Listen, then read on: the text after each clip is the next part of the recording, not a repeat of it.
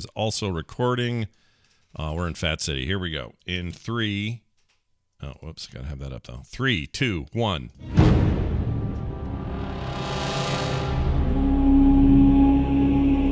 You're listening to The Instance.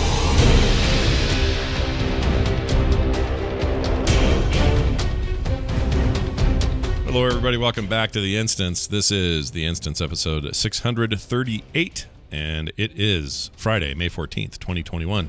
I'm Scott Johnson, joined by and with Garrett Weinzierl. Hello, Garrett.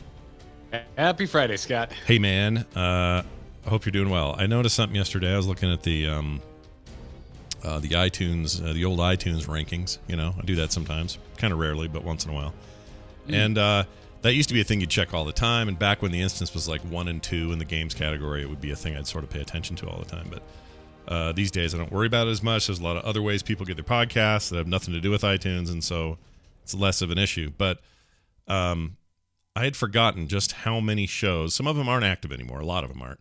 But just how many shows in the intervening years popped up that claim to be World of Warcraft shows. There are so many in there now. There's so many. It's like thousands. And again, tons of them aren't running. A lot of them faded a long time ago, whatever. But it's crazy. If you haven't been paying attention, like when I started, there were like 4. And there's a lot now. Hundreds at least. So thank you for choosing this airline, because we know you have a choice, everybody out there. We know you have many choices in your World of Warcraft podcast. Fewer if you count the ones that are still putting up new episodes, but we're glad that you chose us. Yeah, slightly fewer than just a couple of days ago. I was sorry to hear about the hiatusing of WoW Killer. Don't make me talk about that. We're not bringing it up here. Dude, God. Well, you brought it up. Dude, you and I have killed some shows. Yeah, I've done it before. This is not new territory for either of us. All right, so the long and short of it is my other WoW show, WoW Killer, that I did with Taliesin. There were 4 weeks where we could not sync our schedules. Yeah, it was impossible. Dude's in London. I'm in Florida. Yeah, There's time a bit is of a hard, time difference. man. Time is hard. And so I was like, man, I'm kind of over my anxiety threshold for being wildly inconsistent. I think it might be time to maybe put this on pause. And he agreed. And anyway, decided to kill it. And like I said, I've killed many shows in the past. Yeah, the WoW community is like the nicest mofos on the planet. They can be. I've gotten so many messages. I've never gotten this many messages before when I've ever killed a damn thing, but also like they're gut wrenching. Yeah. So many people are being so kind and say these are the nicest things I've ever read anyone say about me. I haven't read one. I've read every single message that's come in, and none of it has been mean. That's good. That's really cool. So actually. like y'all are breaking my heart. Oh, y'all are breaking my heart. But we still have the instance, which makes plus me glad. Rest in H, which is hiatus. Who knows? Maybe one day that thing springs wings again. You never know. You never say never in this world. Yeah, Telly and I, we had some words on potential future ways to resurrect it, but at the moment it's going back into the phylactery. Maybe one day WoW Killer will rise as a lich. Nice. Anything to do with the phylactery, and I am in.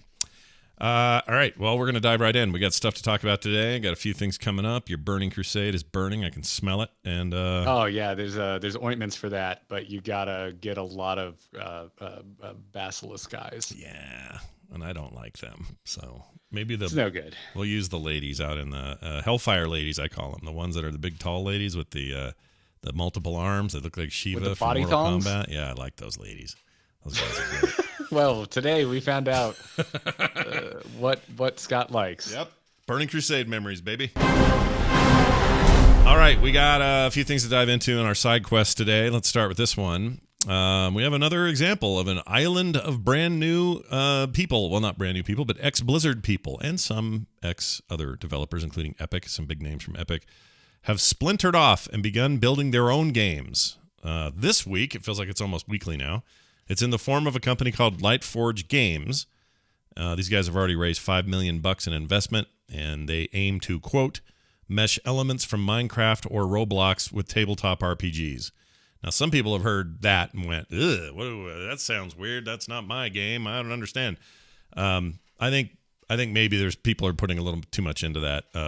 They clearly have seen. Well, let me put it this way. We know how popular Minecraft is. Roblox is out of control popular with a certain demographic. Like, dude, the only thing that's missing from this buzzword wise is roguelike. Yeah. Like it's like, what's popular with the kids these days? Let's slam it in here so we get investors. They also said something about our plan is to rethink RPGs from the ground up, whatever the heck that means. So this is a group of former Epic and Blizzard developers, and they announced that formation 2 days ago, I guess. I guess it's been 2 days. Yeah, Glenn Rain is gone from Blizzard. Yeah. Is part of the news here. He's been a lead artist on Blizzard as a whole forever. I interviewed him when I went to art school. Oh, wow. Yeah, he's been there since, I don't have the date, but a long, long time. Blizzard dude. And is now art director for this company. Among some other names, here's the other founding members of the team. We've got Shambari. His first name is, I got to find it. Where did it go? I lost it. Here it is, Matt Shambari. He is your CEO, and he is a ex-Blizzard and ex-Epic guy. So he's been in both places. I think 8 years at Blizzard and another 4 at Epic, and now this. Anyway, they'll have studio director Nathan Fairbanks, engineer director Dan Hertzka, and as we mentioned, Glenn Rain in the art position, and product designer Mark Hutcherson. And the studio's website emphasizes, quote, a culture of empathy, honesty, and growth. That's one of the interesting things about this thing. We don't have any games yet, like anybody else who's done this. We don't have Dreamhaven games yet. We don't have Bonfire games yet. Really, the closest thing to a game we have is Metzin's D&D sourcebook, which comes out after this Kickstarter ends. Outside of that, and War Chief Gaming, none of these have any kind of products yet. Nothing to announce, nothing to release, nothing with a timeline. However, what makes these guys slightly unique, I think, is they've gone to great lengths in their initial announcement to describe the kind of company they want to build. And they've already been at it for about 10 months. Nobody knew this, but they were quietly sort of building it, getting that funding, all that stuff was happening sort of behind the scenes. But there's a couple of tenets here that I thought were interesting. One is this inclusion idea, this fairness idea, this diversity idea. Not that other companies aren't trying to do this, but they're kind of founding that on those principles. And part of that is, and in an interview he goes into great detail about this, but I'll try to sum it up. Basically, they don't want people to have to uproot their lives to join a video game development company the way traditionally that works. And all of these guys have sort of been through that, where you get the job, you have to sell your house or get out of your apartment, break your lease, somehow get across the country, all the costs involved with that, leaving your family, or whatever family you were leaving, that sort of stuff to get the job done. And then a lot of times in this industry, you work on the one game, and then half of you get laid off, or you get moved to another studio or whatever, and you got to uproot your life again. And they believe, and I think they're onto something, that we don't need to do that so much anymore. Especially for small developers, they don't need to do this. I would remind people the entire Ori games, those 2 Ori games, Will of the Wisps and the one before it, made entirely remotely, even outside the pandemic. It was before the pandemic, that first game. That team figured out how to make a AAA quality style game and do it all remotely from one another, with the occasional conference here and there where they would see each other. But I think the first time 2 of them met was GDC one year, but had already built the first game. It was like crazy stuff like that. So they want to really double down on that and say, pandemic or not, we just live in a time where we can do this. So if you live in Houston and you're happy there and your life needs you there, we are not asking you to pull all your roots up and come out here to California or the other way around. We're saying, where are you? And modern life makes it so that we can all be together no matter what, and we can make a game. I think that's really cool, especially if they can pull it off. That's kind of the trick here, is to see if they can pull it off. Makes a lot of sense to me. The pandemic combined with just how much better internet connections have gotten in recent years. It's just like there's really nothing you can't do from damn near anywhere, especially when it comes to work that can be done on a computer. Right, which is nearly 100% a friend of mine, of this. Last year joined an entirely remote video game studio. Yeah, there you go. So there's a few of those, and I think it's going to be more common. Will giant, will the Activisions of the world or even the Blizzards of the world, do we foresee a future like that for them? Probably not. But there's a size thing. There's a sort of workflow that's already in place sort of thing going on. So probably not. But these small teams, I think this is worth experimenting with, and I really want to see what they come up with. One of the quotes, interesting ones from the CEO was this: Lightforge is creating a game in a new space that has tons of potential, said Dreamhaven. Oh, this is from Morheim, actually. Sorry. Quote from Morheim. Dreamhaven CEO, not Lightforge. He says the team is full of veteran developers, and I'm excited about their vision. I had a side conversation with Metzen, and he's particularly excited about this group. Talks of them very fondly as being a group of people that are really passionate and incredibly talented, and thinks this is one to watch so whatever that's worth. There seems to be a lot of excitement about it. And the other thing I like is Frost Giant, Dreamhaven, all these developers that are all splinter groups from the Blizzard mothership. They all seem to be super stoked for each other. And second breakfast or whatever their name is. What's Broad Studio? Second breakfast. What is it? I wish it was second breakfast. Second dinner. Second dinner. Sorry. Yeah. They were, they reached out and congratulated, and there's always some of that in the industry, but in particular, you're just really seeing a lot of excitement all around for this and for others. And I feel like it's a tipping point. This feels like a moment of we're actually going to start seeing games. Like Bonfire always felt a little bit like a magic show with no end. Like, okay, well, a lot of really talented people left, and Pardo had the money, and can they do this? And then nothing. We've got nothing out of those guys. Like zip. But Dreamhaven, I don't know. I feel different about that. I feel like we might get a game. A game may happen. And the more of these that happen, the more I'm convinced that we're going to see A, more actual games come out of this, and B, we'll be able to find out who's really got the stuff or not. And it's kind of exciting. I'm stoked. Are you really excited? Are you really surprised though that companies made of mostly what we would consider old school Blizzard alumni are taking a long time releasing a game? Yeah. I mean, no. But in the case of Bonfire, I'm a little surprised they're not showing Jack. Like, yeah, Bonfire. It's kind of hilarious. I mean, not that Dreamhaven has shown Jack either, but they also haven't been around as long as Bonfire. Right. They need more time, I think. Or they should be allowed more time to actually tell us something. But I think 4.5 something years at Bonfire is enough. I keep forgetting they are still a company. Right. That's how long they've been around and not teased anything other than employment positions. But yeah, the thing that really sticks out to me about this story is that Dreamhaven is investing in other studios, which I find fascinating. Yeah, that's true. One of the many studios mentioned in the $5 million backing from investors.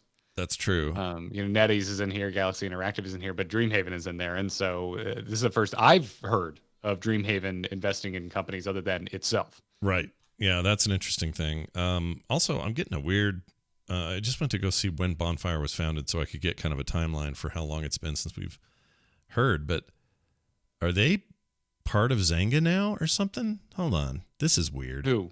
Bonfire? Okay. Bonfire Studios, the former Zynga Dallas logo as Bonfire Studios. It's now a subsidiary of Zynga. When did that happen? I do not know. That can't be right.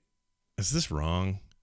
Hold on. Bonfire Studios was a game based... Okay, after Ensemble Shoot Studios was shut down by Microsoft. And oh, you know what this is? This is Bonfire Studios, not Bonfire Games or whatever they're calling themselves. So there's some confusion here. This is a different Bonfire. Different studio. Yeah, okay, never mind. And they're not... Okay. They're gone. They're Zynga South, basically. So forget everything I just said. So Studios is something that was taken over by Zynga. Games is still... Bonfire, well, according to this, they are still calling themselves Studios. So there's some Bonfire some confusion. Studios. Okay, so you've had something that's older than that, I guess. It's weird, yeah. So this has been about 10 years ago that was dissolved. But anyway, they did say this. I guess this is close to an announcement we got. Rob Pardo's on the record. This is according to GamesBeat. He said, our first game is going to be PC-focused game. I think it might eventually go cross-platform, but it's a PC game. It's definitely much more of a core audience, and we're not going to suddenly go out and make Candy Crush. It's a weird flex, isn't it? I don't know. It's a weird thing to say. I mean, You know, a lot of people have been really worried about that over on the Blizzard side of things with how much focus there's been on mobile. So, you know, you're free to say whatever the hell you want. Mm-hmm. This tracks. Yeah. This is, I think, a really good blunt example of the fact that, like, just because you're at Blizzard doesn't mean you agree with everything that has been happening. That's the truth. That is a good takeaway. Real quick here to get to the point, I was looking this up. It was founded in 2016, so we're now 5 years on, and no specific game announcement. And 3 years since he made that quote. So I don't know what's coming out of there, but the point is... okay, so Bonfire, I can just remember how old it is by remembering what year I got married. Oh, yeah, that's right. Yeah. I always think of 2016 as the year after Mad Max Fury Road came out. That's how I think of it. Yeah. That's how I think of now. It is now 6 years since Mad Max Fury Road came out. Goodness gracious me. It's like AD or BC. We knew right when the thing was. You got the Jesus right there. Boink, right in the middle, right? You cut it in half. AFR, after Fury Road. Yeah, after Fury Road.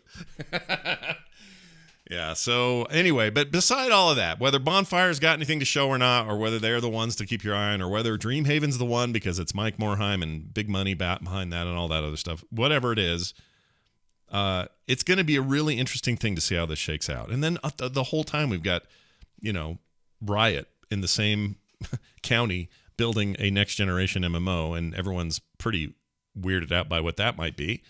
And Amazon with their weird MMO. Like, I feel like we're heading into a new phase of what the future of MMOs looks like, because I gotta think that whether you're there's no way for me to know this, but all of these studios, if I was able to take a bird's eye view of all of them, one of them is making an MMO. I'm sure of it. Of these new groups. There's just no way they're not. Now, they may not succeed, or it may not, you know, ultimately come to fruition, but I'll bet you money it's either Dreamhaven or these guys, possibly Bonfire. Somebody's making the groundwork for a new MMO. And my point in all of that is we may be entering the next phase of what an MMO is, and everyone's going to be competing for what that is. And it might finally be time. You know, Blizzard's held that title for so long, and WoW has been at that for so long that I feel like maybe now's the time that others come and start poking at the mooring a little more seriously, and try to do what everyone tried to do in 08 and 09 but failed, and maybe they'll succeed this time. I don't know. And don't email me about Final Fantasy XIV and ESO, because yes, they're examples of successful MMOs that worked around Blizzard, and good on them. I don't mean that. I just mean, what is the next generation? What's the fidelity of that? What is different? What is vastly different? Like, where are we at in 10 years? That's interesting. To me, the thing that's piquing my interest is Riot. Yeah. I stand to be proven wrong that Amazon can make a good game. Mm-hmm. Or even finish a game. But yeah, Riot, you know, while I've never been a big fan of any of their stuff, the quality is undeniable. Sure. They make infinitely playable games that appeal to millions of players. Right. So, and lately they've done that in spades. Like, originally it was they made a game that appeals to billions of players, and now they've got multiple games that appeal to a lot of people and have done well. How quickly too, right? Like, they had like one for so long, and then suddenly it's like, oh, and also Valorant, and also Teamfight Tactics, and hey, you remember Greg Street? He's working on a new MMO. Yeah, for us. Yeah. Enjoy. And you can see him, follow him on Twitter. You can see him bursting at the seams to want to tell everybody everything, but he can't. I can see. Yeah, he was on Twitter last night being like, I just want to talk about MMOs, but I think you're going to all read into it. Yeah. I'm like, no, just let me read into it. Just talk, man. Go nuts. Yeah, let it loose. Go nuts. Somebody said they'd start a fund to get him on a 5-hour episode of this show where we just noodle him, and I would do that. Can we? I would love to. Can we? But by the way, coolest thing ever happened to me at a Nerdtacular was Greg Street going, oh, hey, Garrett. He's like, oh, God, he knows who I am. That was the coolest thing ever happened to me at Nerdtacular. He knows everyone. We should, you know what, as a show right now with audience in tow, we should ask Craig. Here, let's do it. Here goes. I'm texting him now. We're going to say, hey, man. Hold on. This is great. Hey, man, how cool would it be if we had you on the show sometime? to just talk MMOs in general. Don't have to leak anything or talk any WoW If you're close smack. to Riot headquarters, the sound you're hearing is the public relations alarm system going off. Let's see, medium. He and I are always trying to figure out ways to talk, but this might be the one. Chat about the medium itself. Love to hear your thoughts. Okay, so it's out Tell there. him you can begin every statement with, personally, I'm just into X. Yeah. Well, and that's this is just my opinion, and expand. That's why he was always off. That whole totally off the leash thing was about him,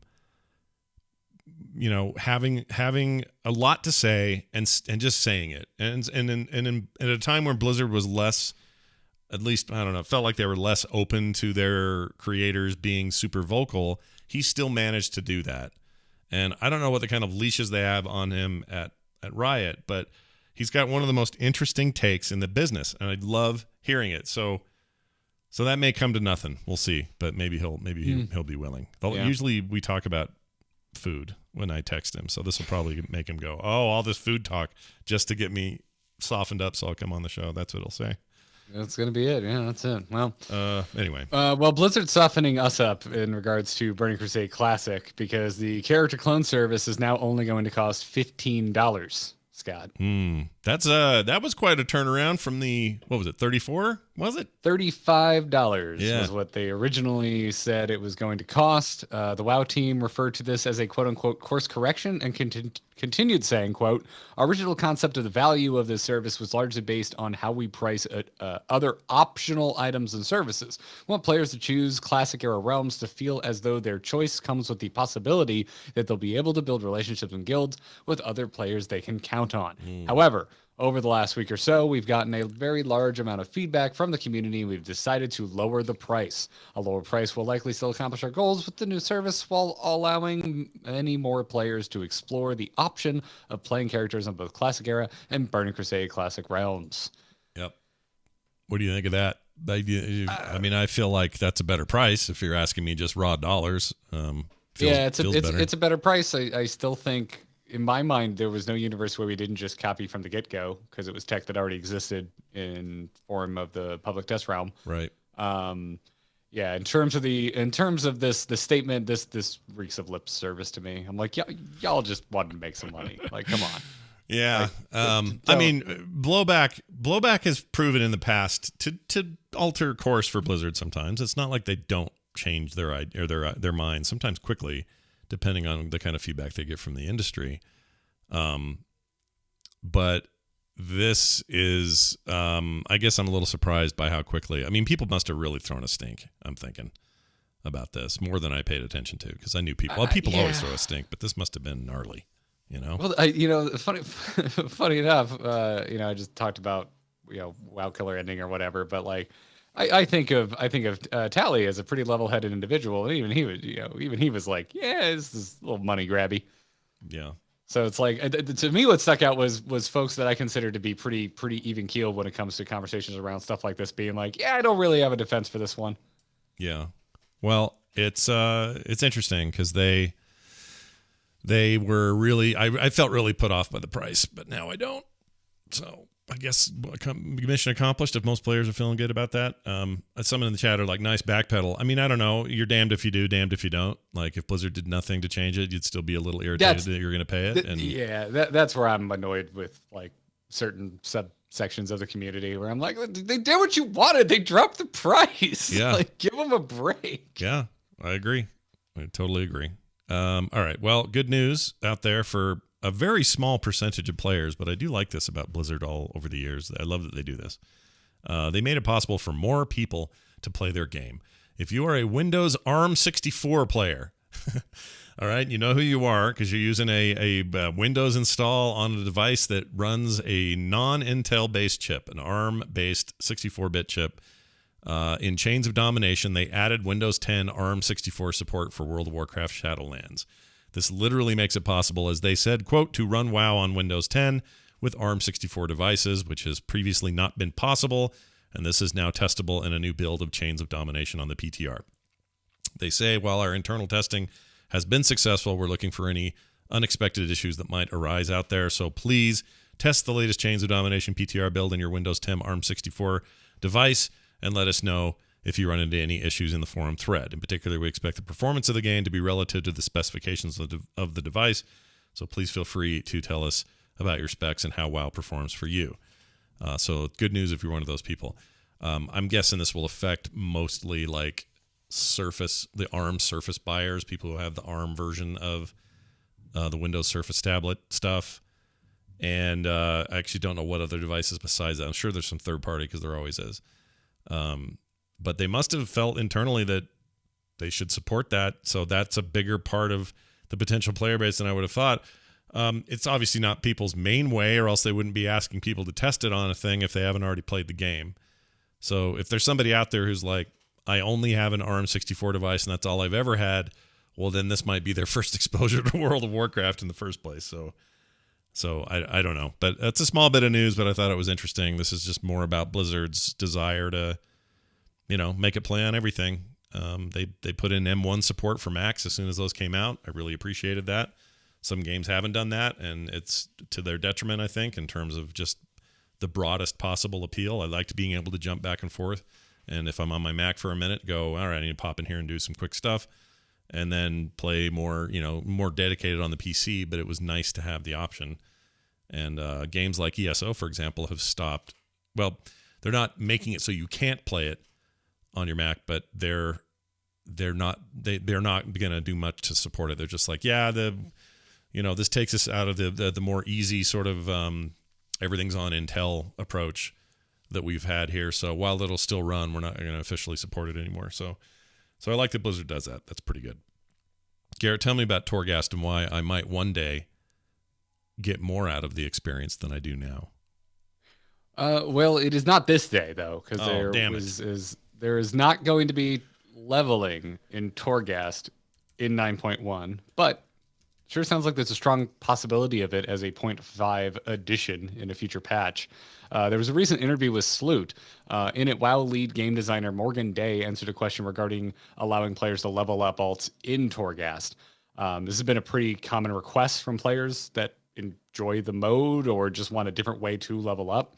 But essentially, Morgan Day said that while it's not planned for 9.1, they do enjoy the idea and would like to see it make its way into a 0.5 patch. So another potential way to get XP for your alts in the future of Shadowlands. I could tell you I would enjoy a whole lot more Torghast if I got that out of it. I've always said, just give me some basics out of there that will help me during short runs where, you can't really save it mid-run, that sort of stuff. Give me another reason to go in there than just the weekly rewards. And some of that could be XP. I'd like a consumable item so I want to still go get my Ash on my main, but drop XP items I can send to my alts, but I just consume them and get a chunk of XP or something. Yes, or a lot more gold, or in this case, XP. Give me some XP. And yes, if you could give it to your alts, that's even cooler. Some way to pass the XP onto your alts is a great idea. But even if it just meant, was it in? I guess it was in the last expansion. You could go to islands and level a character entirely through islands, although you never had a good weapon the whole time. But that was a thing you could do. I think they should just let you do that here. That might mean you're going to have to drop some gear. But it certainly seems like what Morgan Day is alluding to, which is hey, take your 51 in there and level up. Yeah, I think that'd be cool. That would actually drive me in there again, I think, because right now I cannot do Torghast. I gave it my best, everybody. Well, not my best. I gave it as much as I was willing to give it. And I just got... I'll say, did you? Yeah, there's no best, but it's sometimes your best isn't good enough, as the song taught us a long time ago. Whoever sang that. How's that go? Hold on. Sometimes your best isn't good enough.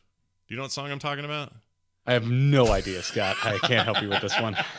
I'm thinking of Simply the Best. Simply at the moment. The Best. That's a good one, too. Very nice. All right. Well done. Now time for our main quest. Garrett and I thought it would be fun to talk about Burning Crusade classic in a way that is not the normal way. We're not going to talk a bunch about gameplay systems or some of the normal things you might talk about when it comes to vanilla and progression. Instead, both of us coming from an art background, looking at what that expansion meant in terms of the aesthetic of WoW moving forward. And the art and tone of the Burning Crusade is a really interesting one. Basically, it introduces, in a way, a much more in front of you graphical way of what their demon aesthetic was going to be versus what we get in Warcraft 3 and, previous RTS efforts. And WoW was like, oh, this is, I'm in WoW. I'm right up front with everything. I can see it up close. And we finally got a real taste of what their space demons were going to be and what that was going to do to set that apart from other games, including their own Diablo. Like, this was always an interesting juxtaposition for me in the Blizzard games was, I remember at the time hearing, okay, well, we're going to go back to the Legion and they're going to come and it's going to be bad and we're going to go to Outland and all this stuff is going to happen. But I always felt like a slight disconnect between that and what Diablo was, which was much more of a good old-fashioned hell versus heaven sort of arrangement. And it, as such, the demons and even Diablo himself and the other primevals, they were much more sort of kind of the upside-down cross variety of demonology, right? Like just a little bit more straight down that path and certainly more violent and bloody and all that. And but the Burning Legion, very different take. They got orky ears. They have obviously a very different history and origin. It's almost like aliens combined with a little bit of zombie in there. And it's a big contrast from other kinds of sort of stuff. Like ESO's got Daedra, and they're, again, very sort of heaven and hell sort of things. They've got a new expansion coming out soon. Yeah. That's like grounded, I think is kind of the word. It's grounded as like actual freaking demons from hell can be. Yeah. Right. Like it's very kind of steeped in like a traditional, like almost Catholicism idea of what a demon is. Yeah. Like like those old paintings and tapestries and drawings from like the, 1400s, where demons are, they were all horned and looking like goats, and they definitely pull more from that, whereas WoW seemed to pull from something totally different and made it unique, I think. I mean, in terms of like the kinds of sort of demon aesthetics in other games, I feel like the WoW one stands on its own. Maybe it's all the green light. I don't know, because it's very Warhammer-esque. There's a big 40K influence there. But at the time, Burning Crusade was a huge departure from what vanilla World of Warcraft was. Right. Aesthetically speaking, there was like little hints of it here and there. There were certain zones we could go into and go fight demons, but having this colorful high fantasy MMO suddenly be like, we're going to space. And walking through and seeing, like, for me, when I think of Burning Crusade, the first thing that pops in my mind is the skyboxes. Like, it looks like an airbrush painting on the side of a van from the 80s. Mm-hmm. Like, and it was just such a departure from vanilla. Yeah. Yeah, that's a really good point. Like one of those custom minivans. Those are so rad. With like all I remember seeing BC previewed and just being like, what the hell are they doing? Yeah, like, because I only played Warcraft 3 and I knew there was demons and stuff, but all of the original like Going Beyond the Dark Portal stuff, that was in Warcraft 2. I didn't play that. Right. So this was very new to me. And also, like, you got to remember at the time, like when vanilla came out, like we were just coming down off of like the Lord of the Rings trilogy wrapping up, and we had a very traditional sense of what high fantasy was. And so for the first sequel to World of Warcraft, or the first expansion to be like just like space goats, and blonde elves, it was wild. It was totally wild. Well, the thing that really hit me with that expansion, though, from an aesthetic point of view, was the sheer biome diversity in the zones. And there was already this cool thing in World of Warcraft where traveling between two zones was not only seamless and no load screens, but it was really cool to pull around a corner and suddenly you're in Silverpine Forest and you're like, whoa, this is nothing like the place I just came from. So WoW already had that sense of wonder and an excitement about exploring the world, but specifically in this expansion, maybe more than any of them, it really had the contrast, because going from Hellfire Peninsula to Mushroom Town is still a shocking experience. It's just like, I've gone from this huge cracked earth, flame, everything's on fire, probably 112 degrees everywhere you go, kind of Hellfire Peninsula kind of zone. And you go from that horrendous sort of dark, scarred desert, and then you walk into the most lush, humid, mushrooms strewn everywhere kind of zone like Zangarmarsh. It is a hell of a thing to experience that. And that's when I went, oh, all right. So this expansion is really experimenting with like how I'm going to feel in different places. And when I get to Blade's Edge Mountains, it's going to be a very different feeling and experience. When I get to Nagrand and see those floating islands with waterfalls, I'm going to lose my mind in there, because that aesthetic is its own amazing thing and stands apart so starkly in contrast to those other zones.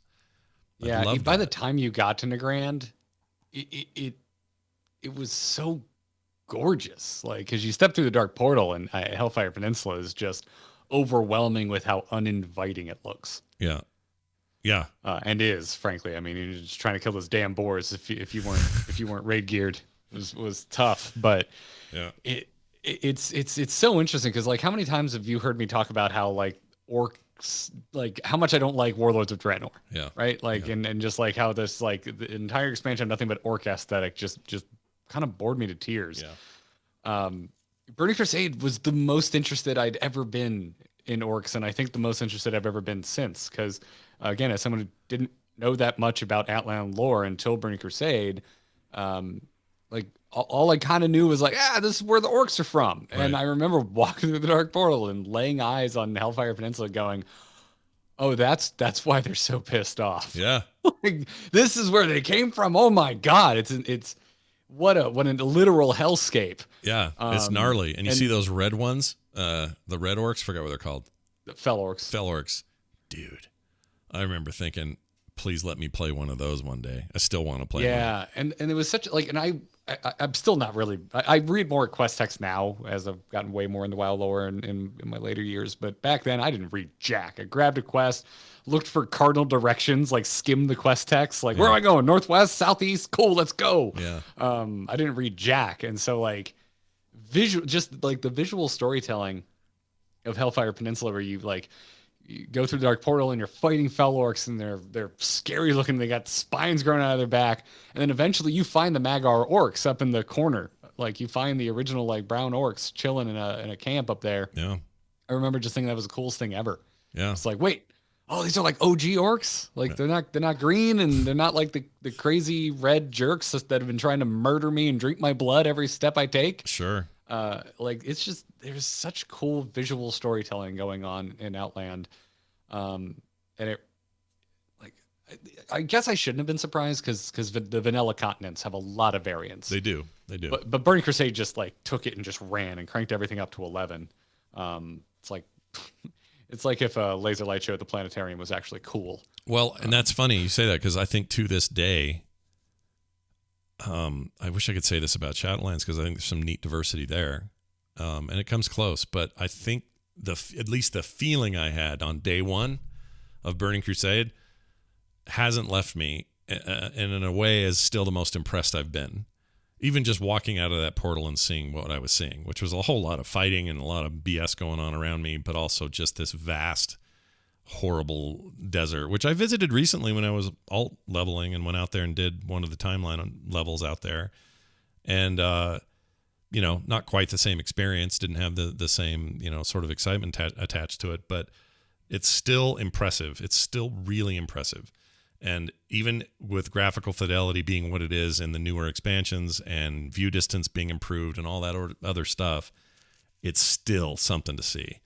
And just moving, like, Zangarmarsh alone, to me, is worth the trip. I'm not sure I've ever been more blown away by a zone, or at least this feeling of I've just moved into a very alien space. And now I'm going to be in here for a good 10 levels, and it's going to be great, and I can't wait. Like, I loved being there. Shadow Moon Valley, kind of similar vibe. I couldn't believe that place. Just boggled my mind how purple and dark and rad it was. And yeah, like it's all, a lot of it comes down to many voices at Blizzard, I'm sure, but I remember this was very early days for Chris Robinson, who we were able to have on the 2018 BlizzCon stage for the Q&A that year. The previous year, he was part of our little instance roundtable with Patrick and Pat and myself. And it was awesome to hear him talk. But this is about when he joined. He joined around 2006 and was put in charge of kind of that expansion's character art. So those red orcs, those brown orcs, that just kind of that overall aesthetic of characters and monsters and mobs. He had a huge hand in that stuff. And he's still there. Rocking that thing, but I think we owe him a bunch of credit for the stuff we're talking about. I think he probably had a huge voice in that. Difficult to say for sure, but we know he has since and continues to do in the game. But really, really cool. The guy worked on the Bard's Tale games and the Lord of the Rings Fellowship of the Ring stuff, and he's still there coordinating art. So I just wanted to give it hats off. Bard's Tale is a game I have not thought of since I was watching X play on G4. Yeah, man. I love Bard's Tale. Last time I heard the words Bard's Tale. There's a newish one. The Bard's Tale 4, I guess, is supposed to be real good. Really? Yeah. Huh. I don't know. Cool. It's on Game Pass, I think. I might have to get in there. I've never played it, but I have very fond feelings for the original Bard's Tale. And there was a bit of a golden age of weird fantasy games in the early aughts. Yeah. Yeah. It was a very interesting time. One of the things that got our discussion of this kind of prompted in me before the show, and I wanted to mention it here. There are times I wish that Blizzard was less concerned about a brand new continent to explore. I like that too, but in an expansion, if the goal was to go back, and I don't mean in a Cataclysm kind of way, but to go back and use these spaces again for meaningful content as backdrops for it. And I know they do that sometimes. Like in this last expansion, we all had to go up to Ice Crown and do a bunch of shit with Thorim and, all that business up there. Or I guess that was Legion that we did all that. But, having to go to old spaces that we haven't been to in a long time is one of my favorite things to do in the game, especially when there's something new to do there, or I have to go there to talk to a person, or I've got to go run a bunch of quests there or whatever. And it feels like that happens more in most of Azeroth and barely ever happens, if at all, in Outland. In fact, I can't think of an example where it happens in Outland. And that bums me out because I think the modern game should go back there more. And I don't know why they don't. Maybe they don't like how things look. Maybe it's too old. Maybe, I don't know. They could do just the same, but just send somebody to Pandaria for the stuff I'm talking about. But I would love to spend more time there in the retail game. Outside of Classic, and I don't know why they don't, because that place is just full of rad shit. It's just so cool. And I guess you could say, Draenor is that now, because that's that world before its destruction. So why wouldn't you go there? And it's better fidelity and everything else. Kind of my thought though. Like, I part of me is, and this is just me talking about me and my opinions. I don't think it's like this is inherent truth, but Draenor to me is like the boring version of Outland. Like. It's to me, it's the challenge of prequels. It's like, hey, do you want to know what your favorite characters are like before they were the interesting version from the movies you love? Like, that's kind of how I feel about Draenor versus Outland. Like, a world that has been torn asunder by evil magic energies is, I think, just inherently more interesting than the pretty idyllic, kind of more in tune with a traditional, planet. Yeah, I agree. I mean, I don't have quite the sour thoughts about Draenor in its Warlords of Draenor form. And generally speaking, I did like the orc aesthetic, but we've talked about this before because I kind of like orc stuff. So none of that stuff really bothered me. My bigger problem was just that the tail end of that game felt empty and boring. But it was the fewest additional patches of any World of Warcraft release. Yeah, for sure. The most fun I had in there was just camping rare mount drops and stuff, and that's not that fun. It turns out Turns out sitting around waiting for... I thank it for the updated character models, though, because damn, they are pretty. Yeah, they hold up. They've continued to hold up great. Zero problem with that. And we're pushing, 8 years of those models now? I think so, with a couple of exceptions that came later, but I think we're... Boy, really? Yeah, I think you're 2014, right. So eight years or 7.5, something like that. Yeah, so like they're holding up great.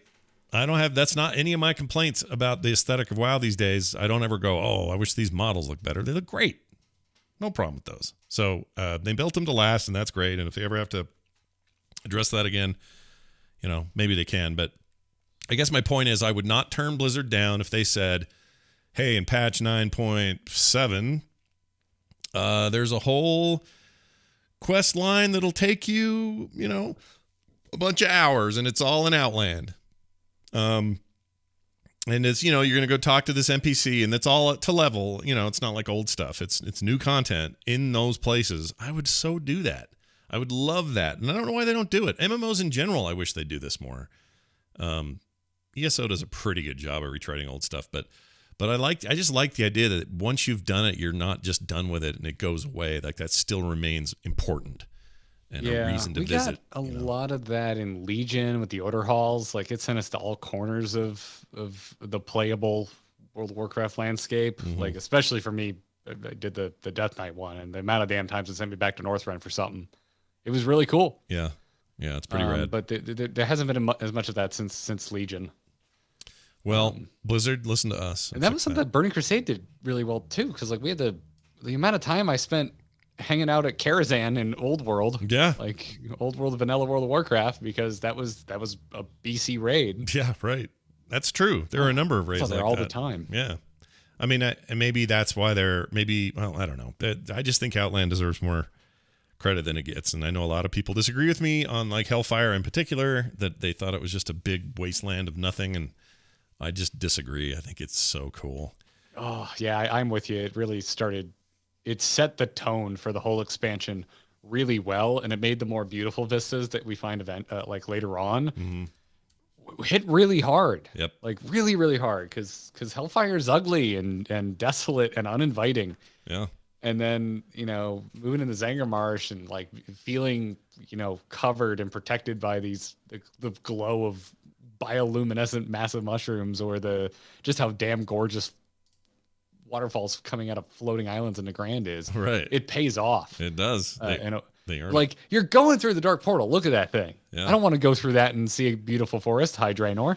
I want to go through that and have my teeth kicked in by monsters. Right. Like that's what I want. That's what you want. And that's what they delivered. I'm excited for people who are going to see Classic for the first time. They're going to do this for the first time. I know plenty of players who joined well after this. Jocelyn, your co-host on TAC. She's famous for always saying, I didn't get in until Wrath of the Lich King. I never really got to see any of that stuff. She gets a chance now. She can go in there and see it for her first time. She can hear this sound for the first time. Hold on. Where is it? Here it is. She can hear that coming up from behind her, dude. I have listened to this show so long. There was a time where I was driving to college and that sound was played on this very program, and I swerved in lane.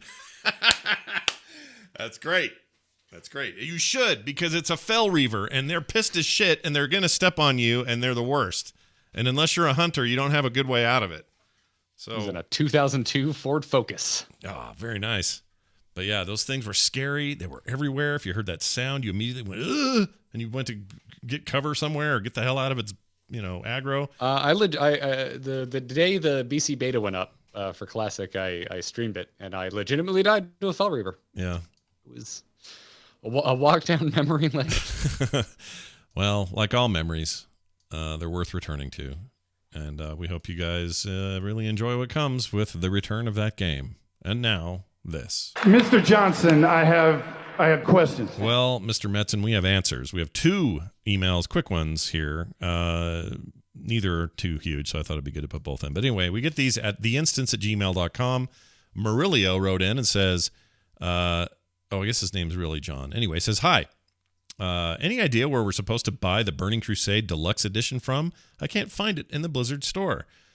I think that John might think that it's a physical box. It's not. They're not doing that. It's a digital deluxe version.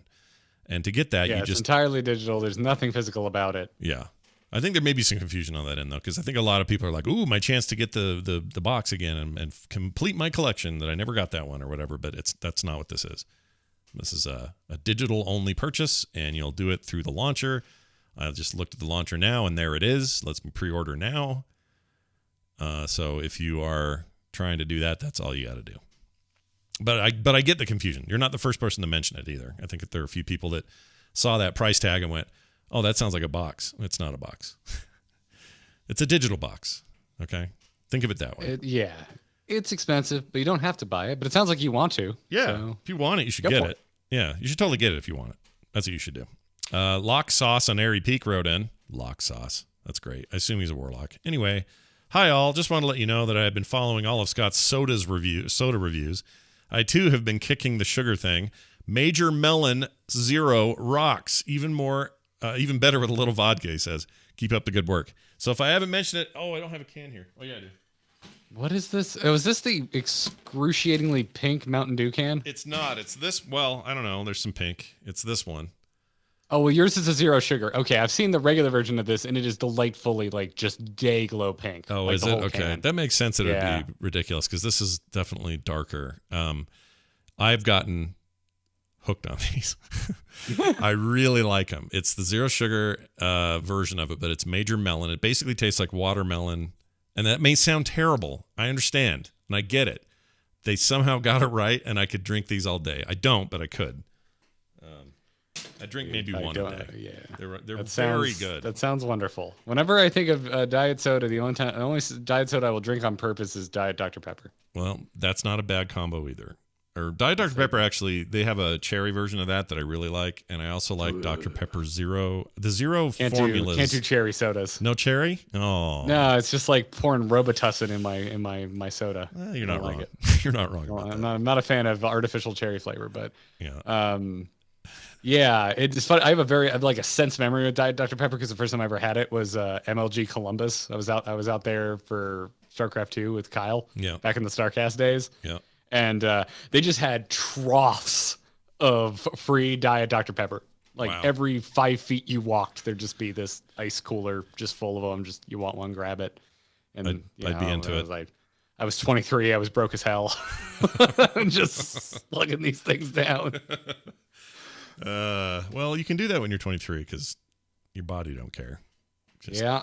I'm trying to think. There was a demo for, I think it was Firefall there at the time, which if that's not a sign of the times, I don't know what is. Errors or Ixzorin in the chat says the you never see a can of Mountain Dew in the shops around the UK.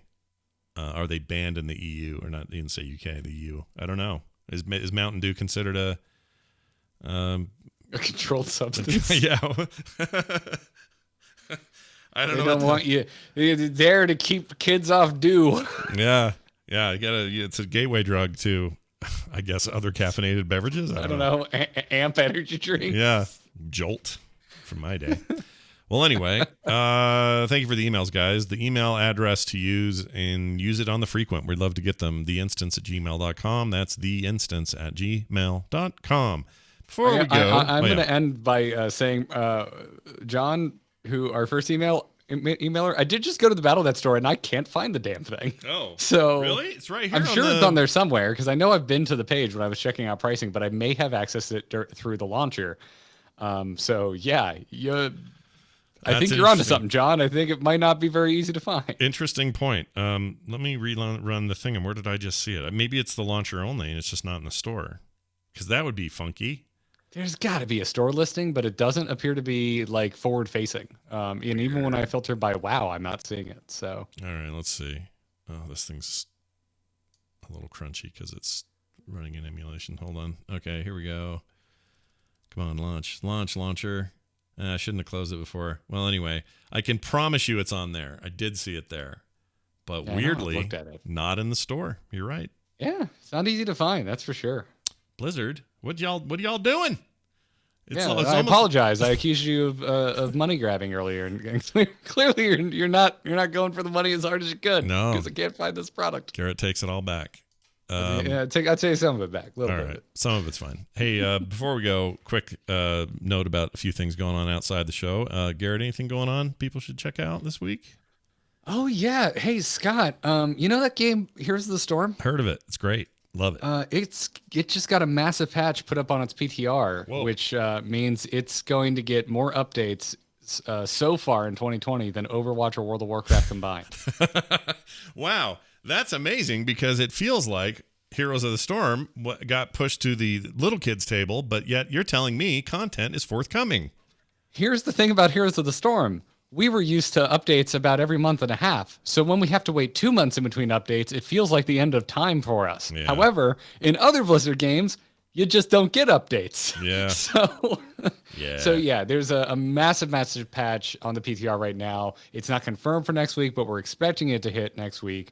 And Kyle and I went into deep detail about all of the ways that this is going to drastically shake up the Heroes of the Storm meta on Into the Nexus. So if you're not already listening to Into the Nexus and you like Heroes of the Storm, this most recent episode is particularly good because we didn't get very number crunchy. We tried to keep it conversational and take kind of a bird's eye view of which heroes are getting hit and how we think it's going to kind of shake up the heroes that you want to bring in to fulfill the roles that you like playing. Nice. I need to play Heroes this week. I haven't touched it in a couple weeks. Oh, let's do it, man. The game's great. See you Sunday sometime. I'll send you a text. Love that great game. It's so good. My problem is that freaking Mass Effect game just came out, and I think I might play it.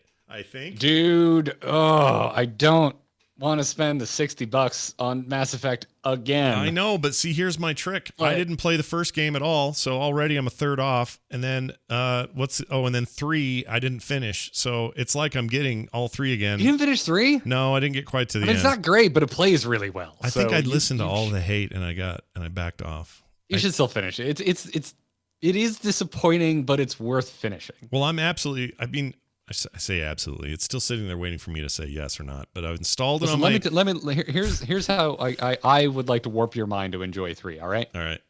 The actual ending is talking to your crew for the last time. Yeah. Don't put too much stock in the ending. Okay. The real ending is getting one last chance to talk to your crew. Manshep or Femshep? Which way? I went with Manshep. Everyone always tells me go Femshep, and I don't. And I don't know. That's just how I play video games. I don't make ladies. I never do. It's not a problem with. I love ladies, and if your game is nothing but a lady, like it's Tomb Raider, great. I don't have a problem with that. That's wonderful.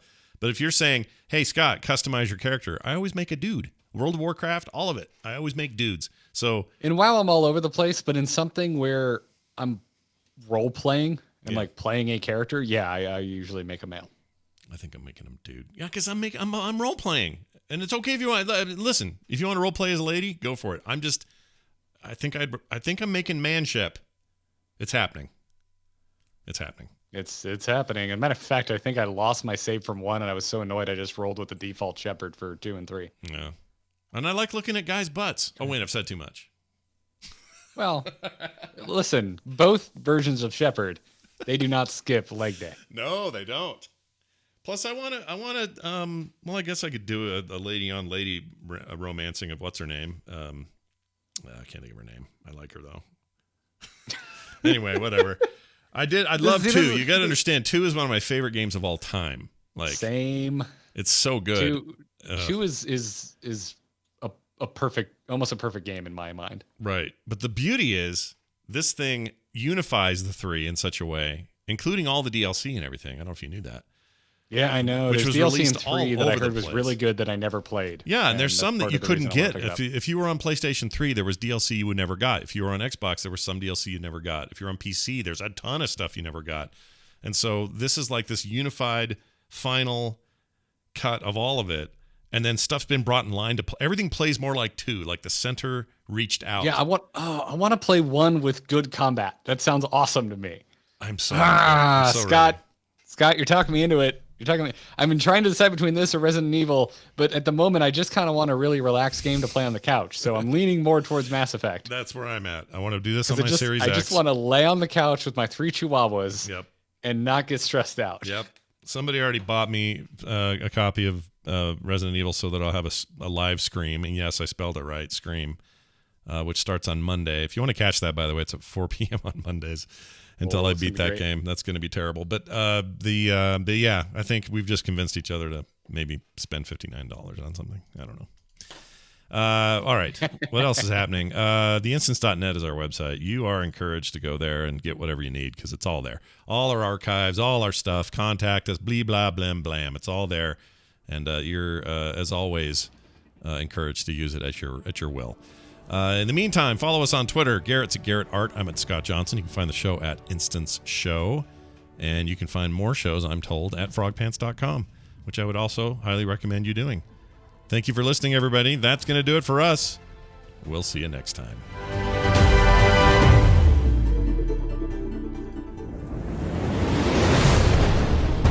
This show is part of the Frog Pants Network. Yes. Get more at frogpants.com.